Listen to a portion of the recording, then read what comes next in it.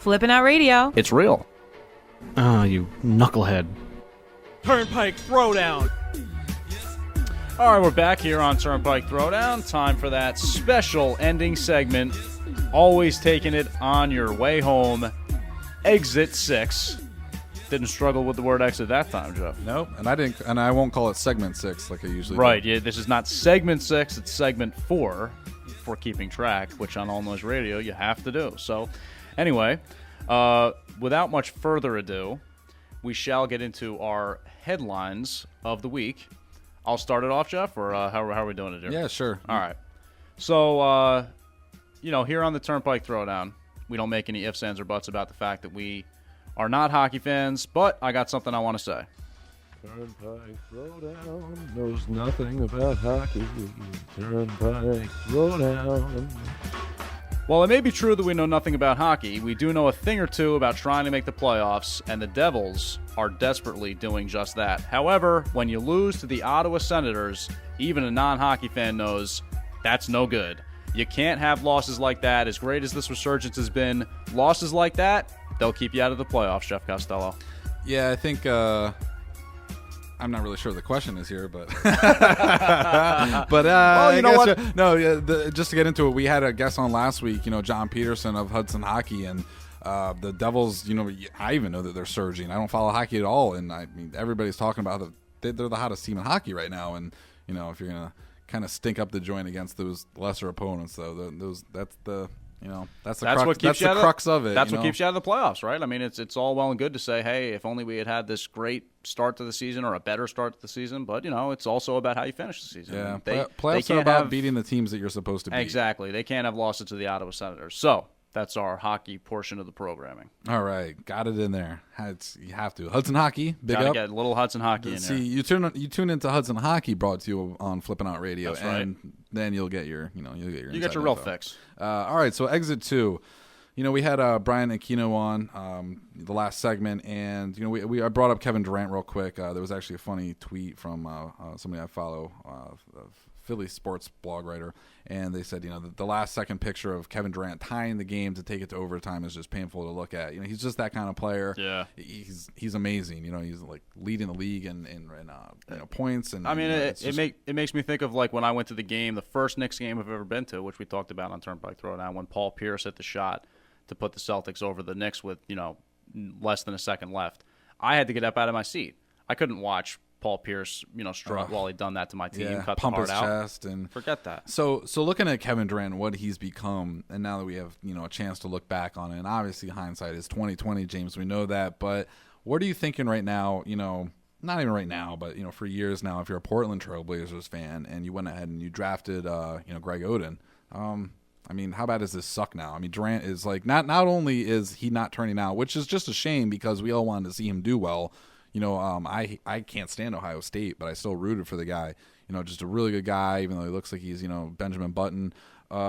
It's really a shame though because not only has he not obviously fulfilled his expectations due to injury, so through no real fault of his own, but Kevin Durant's a beast. Well, I guess Oden old before his time, both in terms of looks and in terms of the condition of his knees, unfortunately. Yeah, really. He's got the face and the knees of a 90-year-old, unfortunately. But I look back on it, Jeff, and I can't begrudge the Portland Trailblazers for what they did. Oh, obviously. You can't I know do that. We've talked about this. Well, because, I guess in some ways you can second-guess them, but it's more about the positions they play. If you can get that dominant big in the NBA. Oh, absolutely. It's just that much more rare than a dominant swingman. But, like we talked about off the air, the body control that Durantula has. Yeah. It's almost like an AI. Yeah, like it's an AI with the size of a big man. Yeah, it's crazy. Scary. Silky.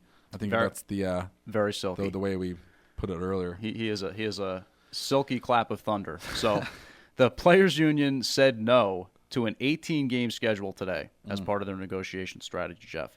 What are your thoughts on the 18-game schedule? Do you like it? Do you not?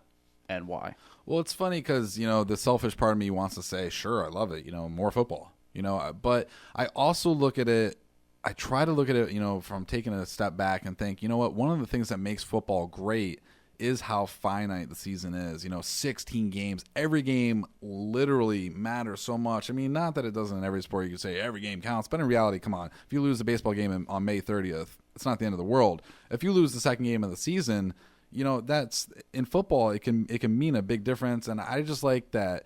You really get it in this period of time, and I don't really care about the records being broken. But what I don't like is the fact that, a player that's, shelf life is about 4 to 5 years at tops on average, is going to be reduced, and you're going to have players, like, let's say like a Barry Sanders who would have retired 2 years even earlier possibly. Yeah. No, I mean, I think you make a great point in terms of sort of the watering down of the talent and maybe shortening careers, kind of shortening the brilliance. Especially for teams that go to the playoffs every year. Right. And I think that in that same vein, you don't necessarily want to have an extension just because of money, just because of negotiations, when you consider the fact that players are going to be getting injured, when you consider the fact that we like the way it is. We like the way that each game kind of means this to a team, means this to a playoff push. Like you said, baseball, not exactly the same thing, but you can almost correlate a month of play to or several weeks of play to one game in the NFL. Yeah. So there's that ratio in our mind. We understand how important those games are, and fans like to see some of that stay the same. So let's see. You got our exit exit 4. Real quick though, I do want to say that with or without extending the season, we have talked about the IR. I believe that needs to change. That's something I would love to see come out of it. So you're saying with or without? With or without, I would just love to see that if a player gets hurt in the first month, that they can come back later in the season. I think it sucks. I mean, Ryan Grant goes down first week of the season. You're telling me that if the Packers went to the Super Bowl and won it without him, but let's say that might have been the hump that they couldn't have gotten over if Starks wouldn't have been productive at all. Well, I guess the question is, though, is there still that concern over teams stashing guys, which is why they first brought that IR into the thing? There is, in the sense that it used to be abused because it was a 6-week IR and players would be stashed. But I think if you make it a 2-month IR where you're literally almost saying that you have to be injured in the first month of the season. Plus, with the attention given to concussions now, that wasn't necessarily around back when they used to stash guys. If you're going to sit guys for 2 or 3 games because of concussions, that's definitely a justifiable reason to have some sort of... Sticking with football for exit 4 here, we got to get to this, obviously.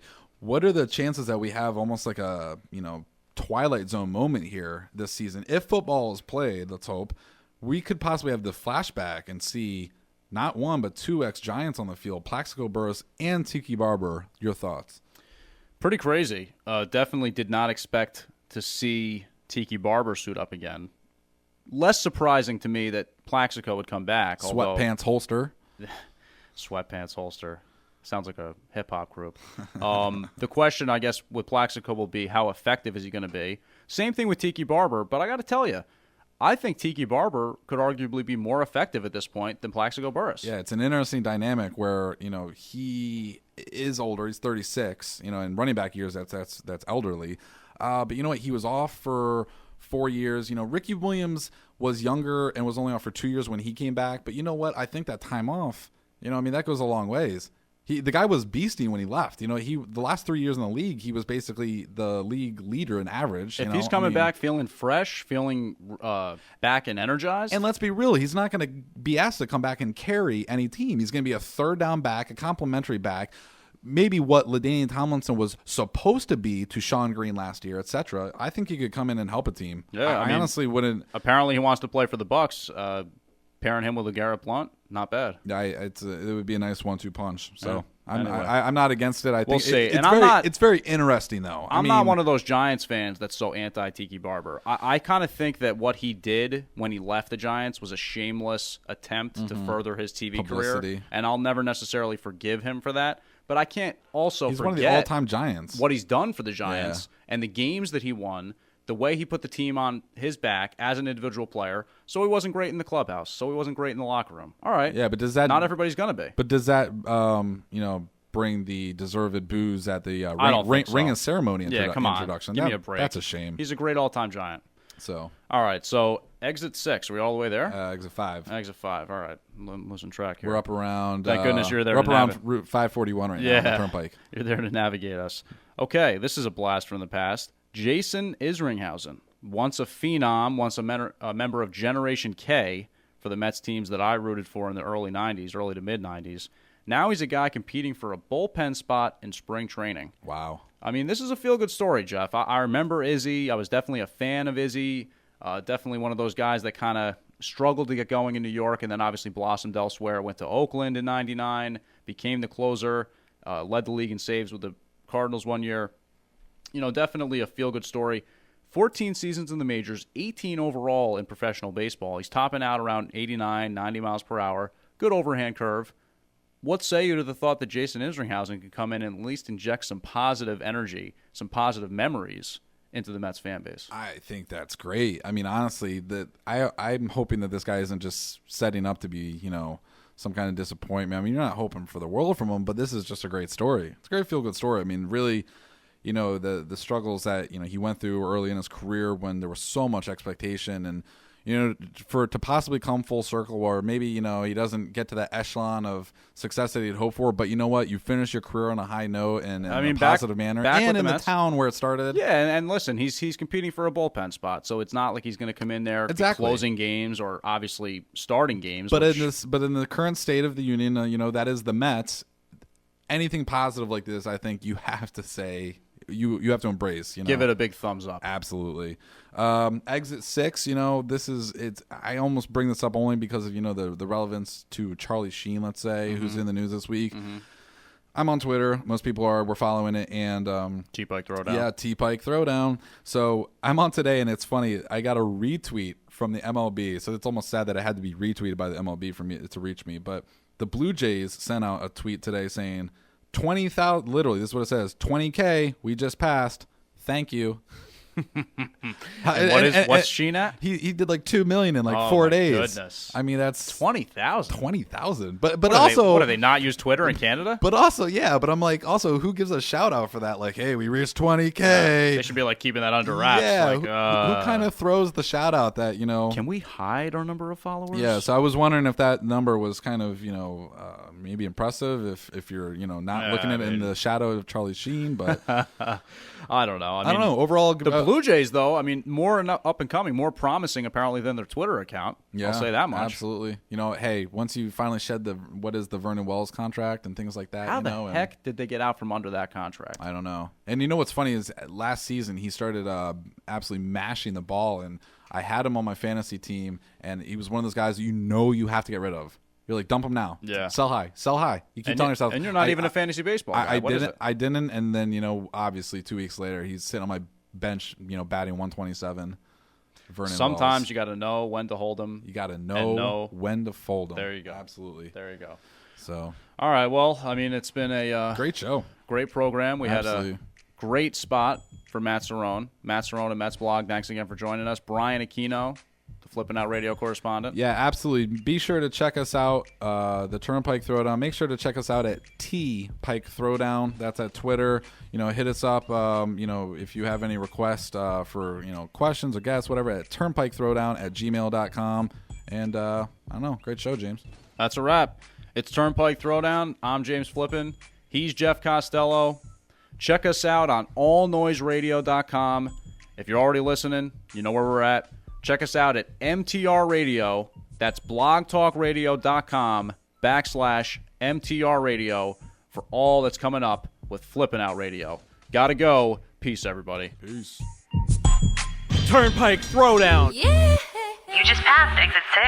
Join us next time on the Turnpike Throwdown. All Noise Radio. Maybe tilt your mic, though, because I think it's coming in weird because of that. Oh, it's so much harder than I thought it was going to be. Oh, my God. Really? Oh, yeah. There's only like a half an inch of foam. Oh, shit. Oh, Christ.